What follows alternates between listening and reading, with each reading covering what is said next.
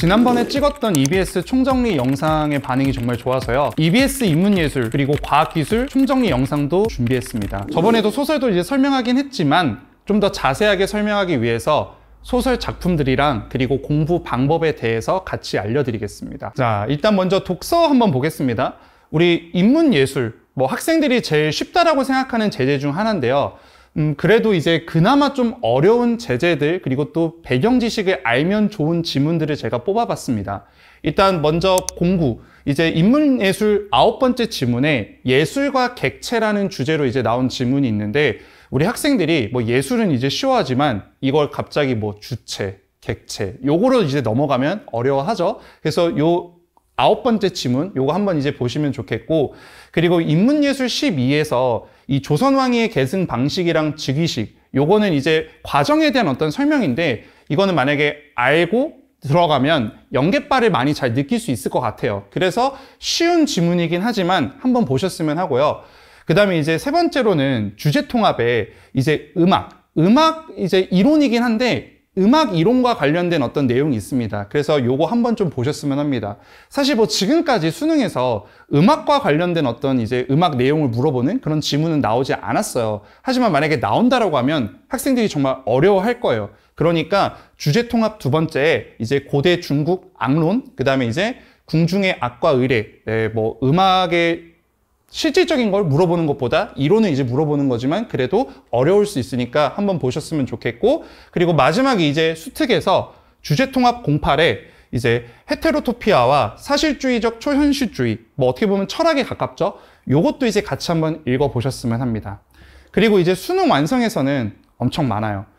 예를 들어서 이제 묵자의 사상, 첫 번째 나오는 묵자의 사상, 그 다음에 이제 세 번째, 오컴의 견해, 실제 사상과 관련해서 이제 오컴의 어떤 주장이 나오는데, 이런 것들은 지금 다 보면 동양 철학, 그 다음에 서양 철학에 가깝습니다. 근데 우리 학생들은 철학에 좀 많이 약하죠. 그래서 자기가 철학 정말 약하다. 그러면 꼭 보셔야 됩니다. 그리고 이제 수능 완성 네 번째, 마지막으로 유학과 관련된 내용이 있는데, 이것도 같이 한번 보셔서 가셨으면 좋겠습니다. 자, 그리고 이제 과학기술 지문으로 넘어가는데요. 제가 사실은 과학기술 지문에 대해서 진짜 고민을 많이 했던 게, 얘는 내가 읽더라도 이걸 다 외우지 않는 이상 연계를 확실하게 이제 못 느낄 거예요. 근데 그래도 그나마 좀 이제 읽으면 좋을 것들을 제가 이제 골라봤는데, 그 선정 기준은 최근에 이제 좀 핫이슈들, 그 다음에 또 우리가 읽었을 때 알면, 예를 들어서 원자, 전자 어떤 배경 용어들을 알았을 때 지문에서 만약에 그게 똑같이 이제 나오면 이제 편한 것들, 그런 것들 위주로 이제 뽑아봤습니다. 그래서 이제 과학기술 02에 이제 보어와 슈레딩거의 원자 모형, 이거 양자역학 관련된 어떤 전자, 분자, 그런 원자 이런 내용이 나오니까 꼭 한번 보셨으면 하고, 그 다음에 다섯 번째 열 팽창 계수, 요거, 그 다음에 이제 실전학습 2에 양자 컴퓨터, 요 관련해서 이제 한번 읽어보셨으면 합니다. 그리고 이제 수능 완성에서는 식품 첨가물, 어떤 식으로 이제 첨가가 되고 과정이 어떻게 이제 되는지 그 과정을 좀 알아보기 위해서 읽어보셨으면 좋겠고, 그 다음에 세 번째는 진동파동, 그 다음에 이제 다섯 번째 조석 현상에 대한 지문이 나오니까 수능 완성도 놓치지 마시고 읽어보셨으면 합니다. 그래서 이런 식으로 인문예술이랑 과학기술 지문 시간이 없으시면 이것만이라도 한번 보고 들어가셨으면 합니다. 자, 그럼 이제 마지막으로 제가 저번 주에 이제 같이 영상 또 찍었을 때 현대소설이랑 고전소설을 이제 한번 말씀드렸는데, 근데 이제 댓글에 좀 더 자세하게 해주세요. 이런 댓글이 있어가지고 다시 한 번만 좀 짚고 넘어가겠습니다. 자, 원래 우리 현대소설, 고전소설 어떤 게 연계가 되고 어떤 게 이제 간접 연계가 되냐 이런 말들이 있어요. 이게 무슨 말이냐면, 우리가 갈래 4개가 있을 때 고전시가는 직접적으로 연계되죠. 그리고 현대시도 이제 2개 중에 하나는 직접적으로 연계가 되고 다른 하나가 이제 외부 작품이 옵니다. 근데 이제 현대소설이랑 고전소설 중에 하나만 직접 연계가 되고 아예 한 갈래는 다른 게 이제 나올 수 있어요. 아예 안 나온 게. 그러면 선생님, 이번에는 현대소설이 연계가 될까요? 아니면 고전소설이 연계가 될까요?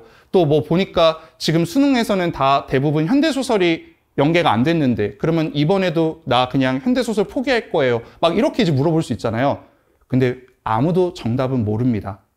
그러니까 우리는 일단 준비는 다 해가야 돼요. 그래서 어떻게 이제 준비하셨으면 좋겠냐면, 일단 먼저 수특에서 제가 유명한 것들, 이제 기출에 나왔던 것들 이제 몇 개들 뽑아봤고, 그리고 또 학생들이 꼭 알아야 될 것들, 뭐 어떻게 보면 뭐 류현준 픽이라고 하죠. 그런 것들도 같이 뽑아봤는데, 지금 보시면 현대소설에서는 뭐 태평천하, 사수, 판문점, 뭐 차나 한 잔, 새해 선물, 새를 찾아서, 날개, 3대, 도둑 맞은 가난, 이렇게 이제 제가 9개를 뽑아봤어요. 다 아실 수도 있지만 근데 좀 어려운 어떤 작품들도 여기 같이 있습니다. 특히 저는 학생들한테 어떤 것들을 좀 보고 가라고 하냐면, 일반적으로 내가 공부를 좀 했다, 그러면 기출을 많이 풀어보고 좀 안다라고 하면 뭐 사수든 날개든 3대든 태평천하, 뭐 차나 한 잔 이런 거 다 나왔기 때문에 어느 정도 알아요. 하지만 새해 선물이랑 새를 찾아서 좀 생소한 어떤 작품이라고 이제 느끼는 학생들이 많을 겁니다. 그러니까 꼭 새해 선물이랑 새를 찾아서는 한번 읽어보고 전체 줄거리 파악하고 인물관계도가 뭐고 그리고 이제 상황이 어떻게 되는지 꼭 공부하고 이제 가세요. 왜냐면 이거 처음 만약에 본다라고 했을 때 내가 뚫어내려고 하면 어려울 겁니다. 그래서 꼭 한번 보세요. 그리고 이제 수능 완성으로 넘어가면 이 빨간색들이 이제 수능 완성이에요. 제가 저번에도 얘기했지만 수능 완성은 사실 몇 개 없습니다. 그래서 몇 개 없지만 뭐 다 하면 좋겠지만 그래도 이제 그나마 중요한 거 골라주세요라고 하면 저는 요 3개, 네, 제3병동, 전황당 인보기, 그 다음에 두꺼비, 요 3개를 좀 저는 집중적으로 보셨으면 합니다. 그래서 이렇게 이제 현대소설은 네, 보셨으면 하고요. 고전소설 같은 경우는 사실 엄청 작품이 많고 얘는 또 이제 기출에서도 이제 나온 것들이 많습니다. 그래서 고전소설 같은 경우는 수특에서 숙향전, 정진사전, 강도몽유록, 옥소전, 천수석, 지봉전, 구운몽, 청백운 이렇게 8개 뽑아봤는데 근데 뭐 8개가 너무 많아요. 그래도 좀 몇 개 좀 추려주세요 라고 하면 저는 개인적으로 이제 학생들한테 정진사전이랑 그 다음에 천수석 그리고 이제 청백운 요 3개는 조금 집중해서 이제 가라고 이제 얘기할 것 같습니다. 왜냐면 이거는 제가 좀 봤을 때 나올 만한 겁니다. 예, 그래서 요 3개를 한번 좀 이제 보셨으면 하고 수능 완성에서는 남현부주지랑 주봉전, 심생전, 사만수뷰 이렇게 4개를 뽑아봤는데 아마 사만수뷰가 조금 어려울 수 있어요. 그래서 사만수뷰는 다른 파트, 즉 EBS에서 나온 그 지문 말고 다른 파트의 어떤 지문을 같이 좀 풀어보시고 내용 파악하고 이제 공부를 이제 하고 이제 가셨으면 합니다. 자, 그러면 이렇게 이제 뭐 작품들은 제가 다 선택을 해드렸는데 그러면 공부를 어떻게 해야 되냐? 왜냐면 고전시가랑 현대시는 그대로 나오니까 그냥 그대로 내가 외우고 그리고 고전시가 만약에 긴 거면 앞부분이 만약에 뭐 EBS에 나왔어. 그럼 뒷부분이랑 중간 부분을 내가 따로 이제 외우고 풀고 이제 하면 그러면 이제 암기하면 되니까 그렇게 공부하면 되잖아요. 하지만 소설은 선생님 너무 긴데 제가 이거 다 읽어야 되나요? 그럼 아니면 다 외워야 되나요? 이제 이렇게 이제 물어봐요. 그래서 딱 정해드릴게요. 어떻게 하시면 되냐면 일단 첫 번째, 인물 관계도 파악하세요.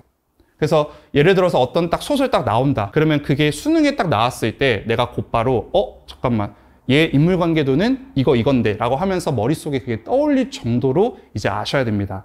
그리고 두 번째로는 전체 줄거리 알면 좋죠. 하지만 전체 줄거리 내가 알더라도 어차피 소설은 처음부터 끝까지 다 읽어야 돼요. 연계가 되더라도. 저는 전체 줄거리보다 그 소설의 특징, 그 소설의 어떤 주요한 어떤 상황이랑 그 특징만이라도 잡고 가셨으면 합니다. 그래서 다시 이제 결론을 내려드리면 일단 1번, 인물관계도 꼭 파악하시고 특히 고전 소설은 적대관계, 우호관계, 그러니까 누구랑 친하고 누구랑 또 갈등관계고 누가 나 또 싫어하는지 그 관계도 제일 파악 잘 하셔야 되고 그리고 어떤 상황이 주요 상황인지 그것들만 딱 잡고 가셨으면 합니다. 예, 그렇게만 하면 소설 만약에 나온다고 했을 때 시간 단축이 많이 될 거예요. 그리고 또 하나 제가 높아지면서 말씀드리지만 내가 아는 작품이 나왔다. 나 이거 어차피 다 외웠으니까 안 읽고 풀어야지. 절대로 그런 짓 하지 마세요. 소설은 아는 작품이 나오고 내가 이제 봤던 작품이 나와도 처음부터 끝까지 읽으셔야 됩니다. 근데 어떻게 읽는다? 빨리 읽으면 돼요. 그래서 오늘 제가 인문예술이랑 과학기술 지문 짚어드렸고 그 다음에 현대소설 공부 방법이랑 그리고 작품 설명했으니까 꼭 공부하시고 수능장 가셔가지고 좋은 점수 받으시길 바랍니다.